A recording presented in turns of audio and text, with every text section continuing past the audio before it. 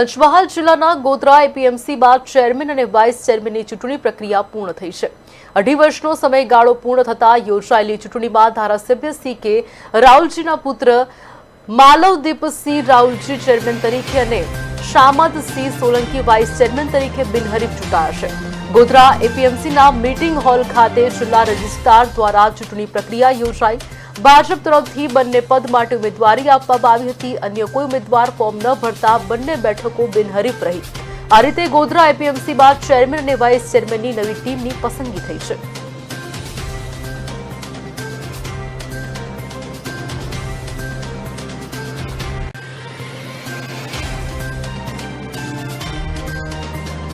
તારીખ 24 માર્ચ 2026 રોજ સભાપતિની બીજા ટર્મની ચૂંટણી અત્રેથી હાથ ધરવામાં આવેલ, જેમાં માત્ર એક જ દરખાસ્ત અમને મળેલ, જેથી શ્રી રાહુલજી માલવદીપસિંહ ચંદ્રસિંહજી બિનહરીફ ચૂંટાયેલા અત્રેથી જાહેર કરવા એપીએમસીના બીજા ટર્મ માટે ભારતીય જનતા પાર્ટી તરફથી મને એટલે માલવદીપસિંહ રાહુલજી અને વાઇસ ચેરમેન તરીકે શામનસિંહ કાકાની આજે પાર્ટીએ મેન્ડેટ આપેલો છે, તે સર્વાનુમતે બધાએ સ્વીકાર્યો છે। એટલે આથી અમે હું ને વાઇસ ચેરમેન બંને પાર્ટી શીર્ષ નેતૃત્વ માનનીય વડાપ્રધાન શ્રી મોદી સાહેબ, સરકાર અને ગૃહમંત્રી અમિત શાહ સાહેબ,